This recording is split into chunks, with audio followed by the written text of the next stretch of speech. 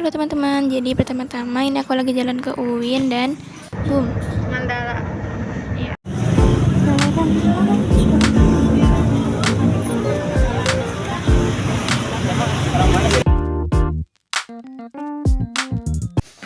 Iya, jadi tadi kita turun di depan Asia Afrika dan sekarang lagi jalan menuju ke Museum Mandala Wangsit bersama Jain dan Rian.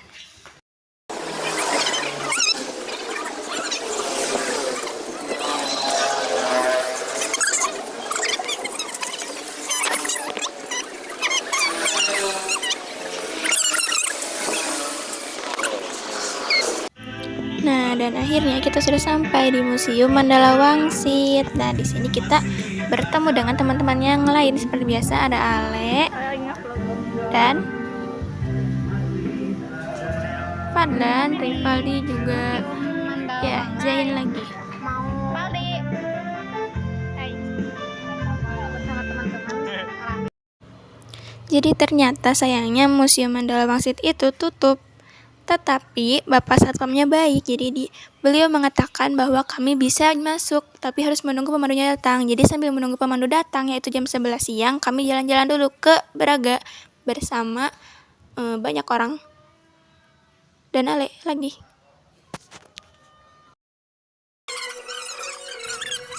Ya, jadi intinya aku tuh menemani Ale melihat-lihat boneka-boneka imut dan calon anak-anak barunya.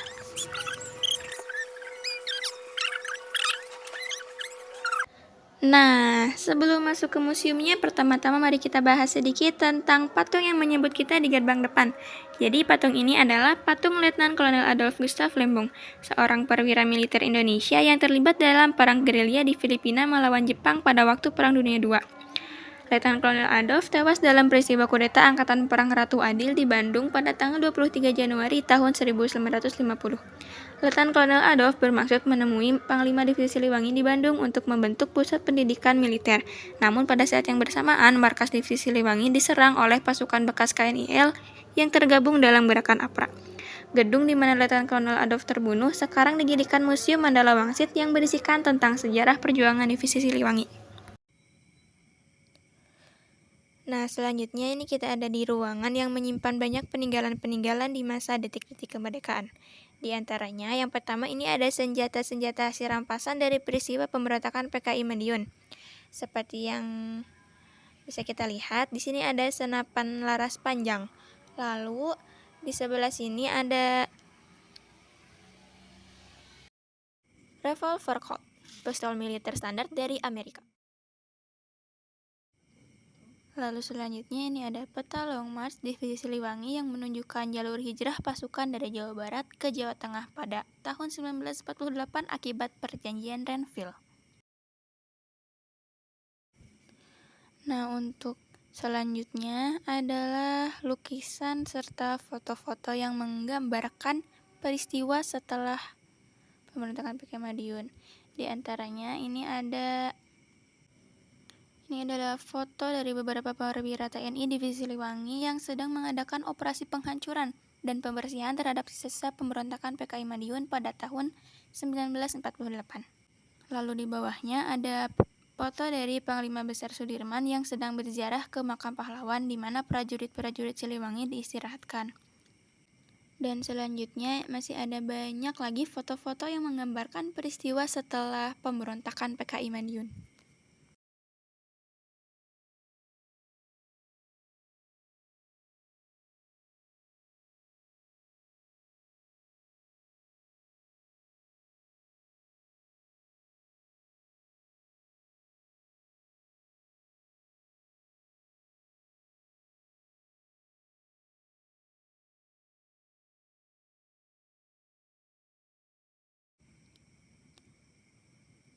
Selanjutnya, di ruangan ini juga menyimpan koleksi uang kuno di Republik Indonesia.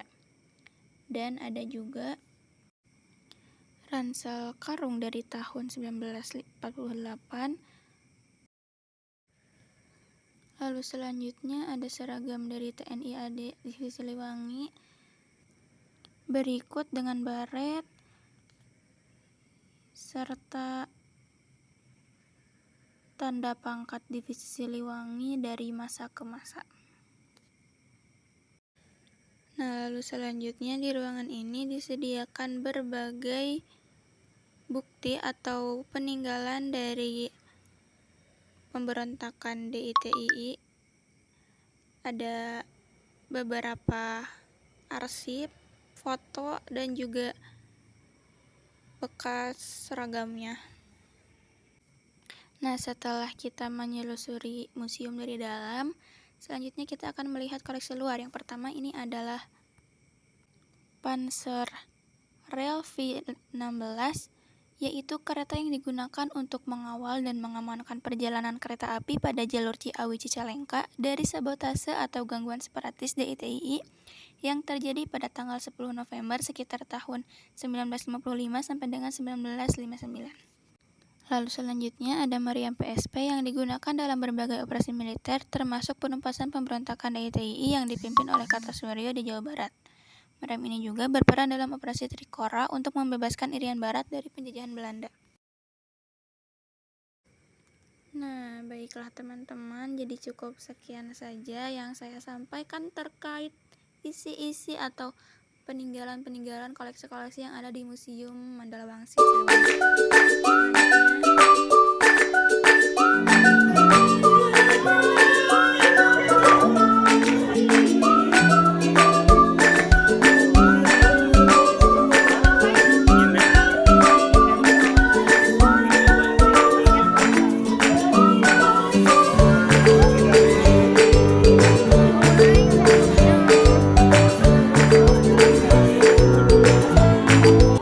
Aku pengen pegang itu.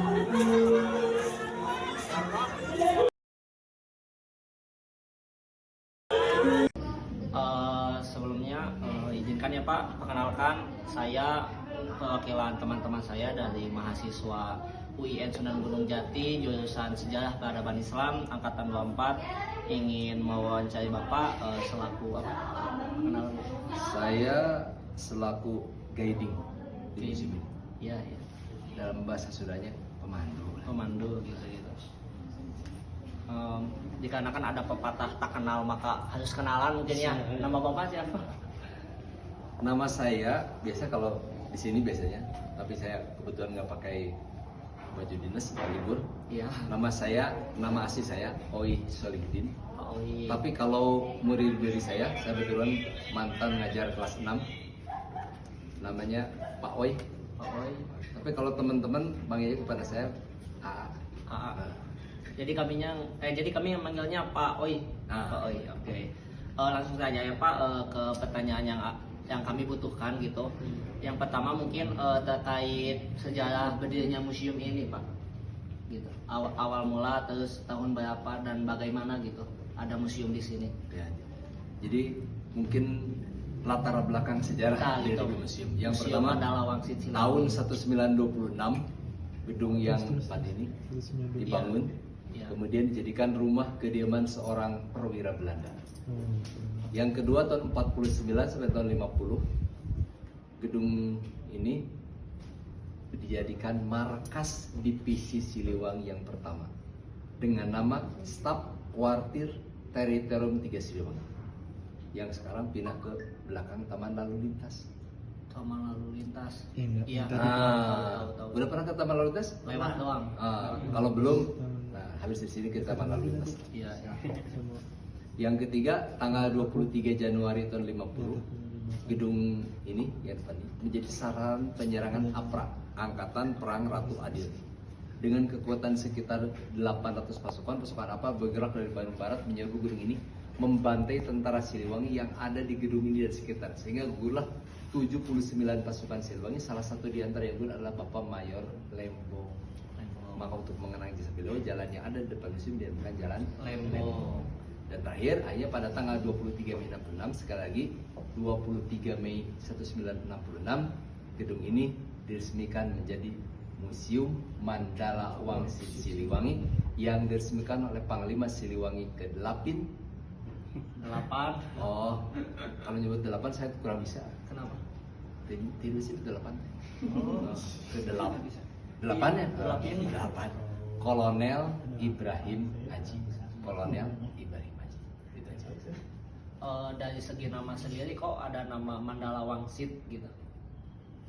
Kan Siliwangi mah udah. Terus Ya. kalau Mandala Wangsit itu kenapa? Mandala itu artinya tempat, Tempat, bisa arena, bisa palagan. Wangsit artinya pesan pesan. atau amanat. Oh, Sedangkan Siliwangi diambil dari nama Raja Pajajaran Prabu Siliwangi. Siliwangi. Yang kedua Siliwangi diambil dari nama Kesatuan TNI Angkatan Darat Jawa Barat yaitu Kodam 3 Siliwangi. Jadi secara keseluruhan Mandala Siliwangi merupakan tempat untuk menyampaikan pesan dari para pejuang pahlawan zaman dahulu kepada generasi berikutnya melalui benak koleksi yang terhimpun di dalamnya. Jadi seolah-olah pahlawan pejuang tersebut memberikan pesan kepada kita selaku generasi penerus, pesannya adalah teruskan perjuangan ini. Apa perjuangan zaman sekarang? Sesuaikan dengan posisi bidang masing-masing. Masing-masing gitu. Nah, dibentuklah museum di sini gitu. Iya. Dan ada itu. Mungkin untuk fungsinya sendiri itu untuk apa ya, Pak? Untuk menyebarluaskan sejarah perjuangan bangsa Indonesia pada umumnya dan sejarah perjuangan rakyat Jawa Barat serta divisi Siliwangi pada khususnya. Oh iya. Yang bisa juga untuk menyebarluaskan sejarah perjuangan bangsa. Oh gitu. Kan tadi itu udah ke dalam ya, banyak senjata-senjata ya Pak, kebanyakannya itu.